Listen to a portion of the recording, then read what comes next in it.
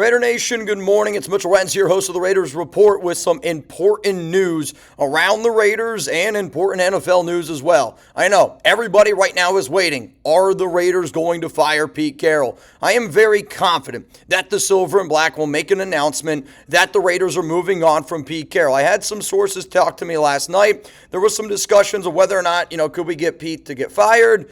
Could we get Pete to end up stepping down? A lot of communication going on, but I want to be very clear here. If y'all remember, last year, I don't know why they did it, but sometimes bad organizations do bad things. The Raiders had Antonio Pierce speak to the media on Monday, and then shortly after that, ended up firing him. I really, really hope that Mark Davis does not trot out a 74-year-old man, have him do a press conference, and then end up moving on from him after that press conference, because it is a very, very bad look for us as an organization. So as I stand here right now, Black Monday, there is no Pete Carroll news that has happened yet, but when you look at all the rumors, you look at all the sources from Rappaport, from Schefter, Jordan Schultz, people that I've talked to, it all lines up, and it all says that Pete Carroll will not be the Raiders head coach in 2026. Now, there was a big story that came out yesterday while I was live. I did a quick little short on it in regards to Brian Flores and in regards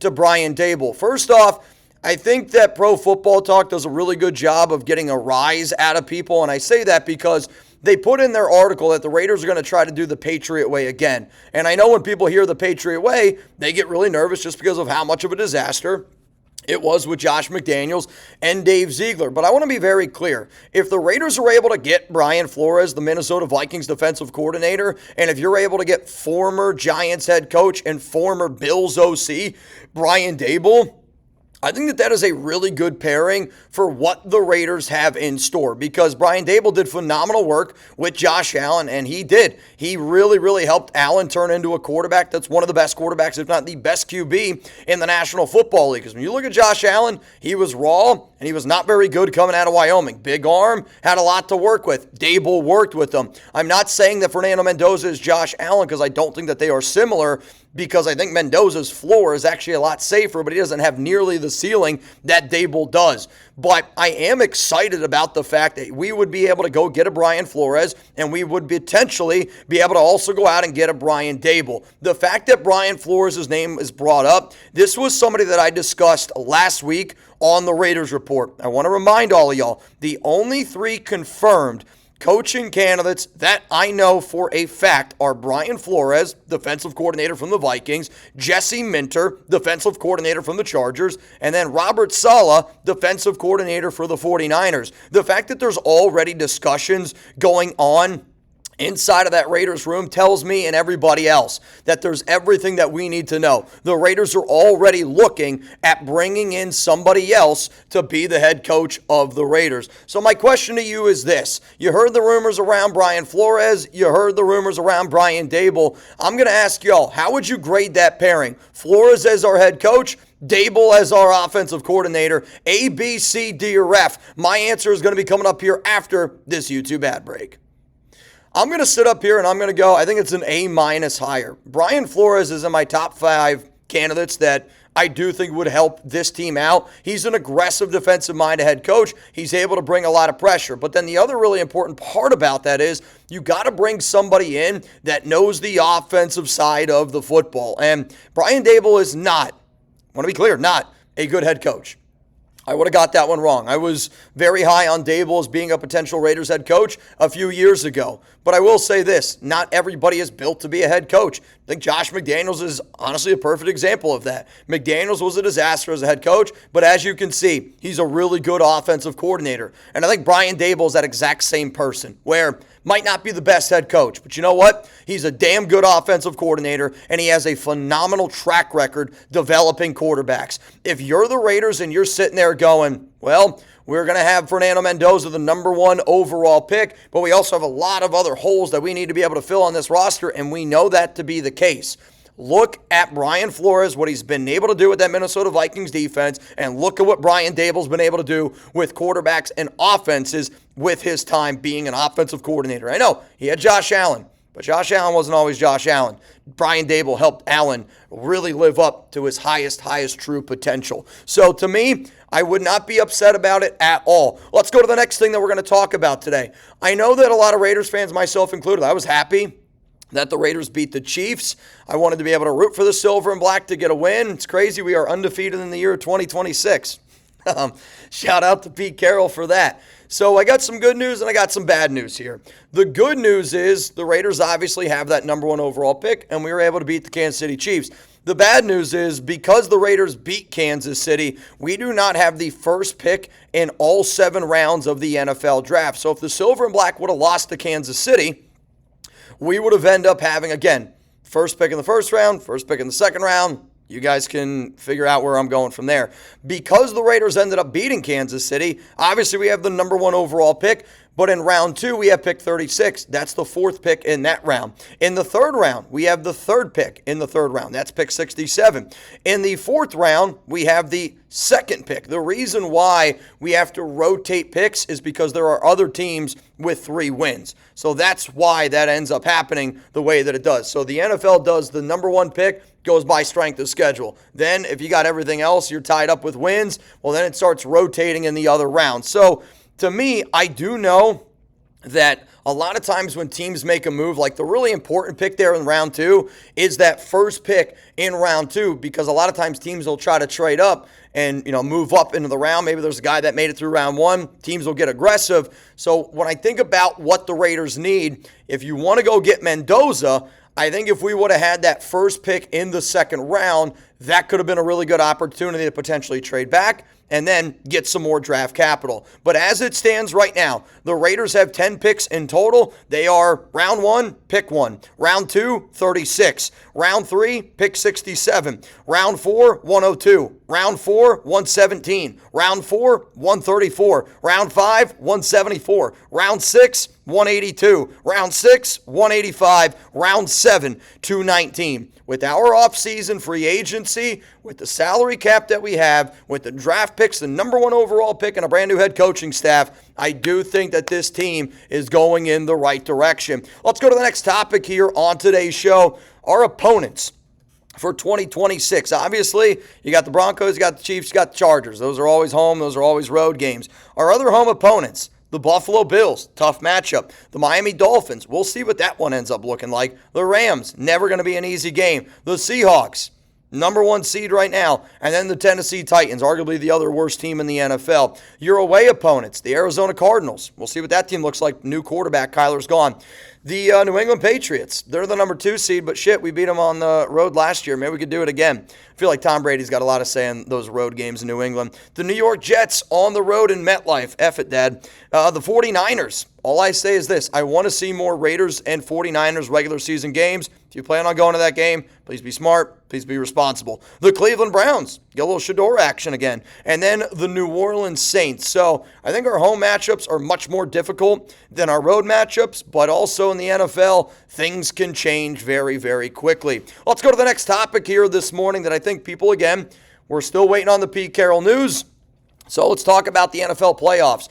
On the AFC side, the Denver Broncos are the 1 seed. The 2-7 matchup, Patriots-Chargers. I'm going to tell you this right now. I am going to be live that Sunday for Patriots-Chargers here on the Raiders Report. The Jags-Bills game, that game is also going to be on Sunday. I don't think I'm going to be able to go live for that one because I plan on going live for multiple games during the playoffs. Also on the AFC side, what an electrifying game that Steelers and Ravens game was. I mean, it's probably one of the best fourth quarters I've ever seen for a game that decided who gets in the playoffs and who doesn't. The Texans-Steelers, I will be live for that one Monday night matchup, Monday Night Football, whatever the hell you want to call it. Chugs is obviously going to be doing his thing on Texans. I'm going to be here with Reed on that Monday, but I want to be able to cheer on my guy Chugs, and I grew up in Pennsylvania. The Steelers, I'm not going to lie to y'all, are one of my least favorite teams in the NFL, so let's go Houston. On the NFC side, Seattle, the number 1 seed. Panthers-Rams, that game's going to be going down on Saturday. I'm not going to be live for that one.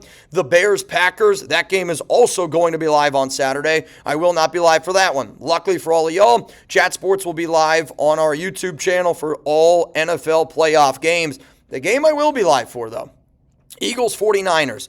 We're going to be rooting for Philadelphia. I know that they are the defending Super Bowl champs, but I'm not going to root for the 49ers. I know we rooted for the 49ers the other day. That was to help the Raiders get the number 1 overall pick. And since the Niners made me watch such of a stinker of a game, let's root against them. Let's root for Philadelphia. So if you are a Raiders Report fan, if you haven't already subscribed to this channel, I will be live for Steelers-Texans on Monday. I will be live for Eagles, 49ers, and Patriots-Chargers for those 2 playoff games on Sunday. And because I can't wait to watch Fernando Mendoza and Dante Moore, I will also be live for Indiana, Oregon on Friday. I'm hashtag no off days at this point of the season. Why? Because I can't wait for the 2026 offseason to start. Oh, wait. It's already started. Before we get into some more Pete Carroll rumors and some other stuff that has happened around the NFL today, huge shout out to our sponsor, Prize Picks. Whether you're starting a new routine or making player picks for the first time, trying something new can be hard. But in life and on Prize Picks, it always feels good to be right. With high-pressure playoff matchups every weekend and elite hoops action almost every night, the action never stops, and Prize Picks lets you take control. Prize Picks is simple to play. You pick more or less on at least 2 player stats, and if you get 2 of your picks right, you can end up cashing in. So if you put a lineup in with 2 players, you get 2 picks right, hey, you're rocking and rolling. Also, if you want flexibility, you can get it with Prize Picks. Whether you're going to go with the flex play, whether you're going to go with the power play, it's really totally up to you. The reason why I love this time of the year is because I am going to get a Prize Picks lineup in. I don't go crazy. I do a $5 lineup, power play, flex play, it depends how I'm feeling, for every playoff game. If you're going to sit there and you're going to watch the game, at least have that opportunity to put a little bit of money in your pocket. And now the fact that it's available in all 50 states, again, I love Prize Picks. I literally play it all the time. If you want to go high roller, go for it. To me, I put a $5 lineup in, and I am happy, satisfied for the next 3 hours. Join millions of users. Sign up for America's #1 fantasy sports app out there. Download the Prize Picks app today. Make sure that you use code CLNS to get $50 in lineups after you play your first $5 lineup. That's code CLNS to get $50 in lineups after you play your first $5 lineup. Prize Picks, it's good to be right. So in terms of Pete Carroll, again, I'm actually surprised that it hasn't happened yet. I was under the impression that it could happen last night. With everything that's happened today, it is known for Black Monday for a reason, because there are firings left and right, and there are already teams that are putting feelers out there of who can be their next potential head coach. So if you're the Raiders, you can't afford to fall behind the 8 ball. Because now you're in a whole nother type of season. You're in the offseason, and it's important that you go out there and you try to get your guys. Now, maybe the Raiders are very confident that they're going to be able to get certain people, but here's the thing. I want to make sure that everybody knows that we're looking for a new head coach, and our entire offseason and our entire front office, top to bottom, Spy Tech Brady is on the same page, and we need to start working aggressively to make sure we take advantage of our 2026 offseason, an offseason that we can change this team in a year. I'm not saying we're going to be Super Bowl contenders. I'm not saying we're going to be playoff contenders, but Mike Vrabel, Liam Cohen, good coaches. Right? Ben Johnson, they can get it turned around in a year. I'm not saying it's going to happen in a year, but with a young quarterback, we can get this thing at least going in the right direction. Some other NFL news that happened this morning: Kevin Stefanski, he was fired. Raheem Morris, he was fired late last night. Now the head coaching offerings that are open, which actually I'm recording this video right now, the Giants, they're retaining GM Joe Shane, which was expected, but that means as it stands right now, there are 4 head coach openings. You got the Browns, you got the Falcons, you got the Giants, and you have the Titans. I will say this right now. The Raiders are by far the most attractive job when you look at #1 pick, when you look at salary cap, you look at draft, and you look at, I'll call them pillar players. Max Crosby, Brock Bowers, Ashton Genty. We have a lot more than I think what people realize. And if you are a good head coach, you can get this thing turned around quickly. If you're Antonio Pierce, it's probably going to take you a decade or 2. Now, reminder, as soon as Pete Carroll ends up getting fired, I will go live. But I also want to be very clear. The Raiders had Antonio Pierce speak to the media last season, and then they ended up firing him. I do not think that Pete Carroll talking to the media means that he's going to be keeping his job. I think, if anything, it just means that we're an organization that doesn't run like a proper organization, and it's an eye roll because we know that that's how Mark Davis does his thing. So I'm getting ready to hop on out of here. I have an entire day, I have an entire show planned and prep, ready to go. Because when the news happens, I will be live for 11 hours and 11 minutes. Now, if this news happens late tonight, well, then we might just have to divvy up this 11-hour, 11-minute live show. But I hope that you guys pull up. If you're a Raiders Report fan, I have a special surprise for you during the show. But no matter what, I anticipate today being a wild day. I got a good night's rest. I'm ready to go. And if you're not already buckled up, Buttercup, make sure you strap it on. Giggity. For more Raiders news and rumors, you can hit that subscribe button right here. I promise you, I'm always going to do my best to keep you guys up to date. If you're looking for even more content here from the Raiders Report, you can check out this video. You can check out this video. If you bleed silver and black, let me prove to you that we're the #1 Raiders channel in the world for a reason.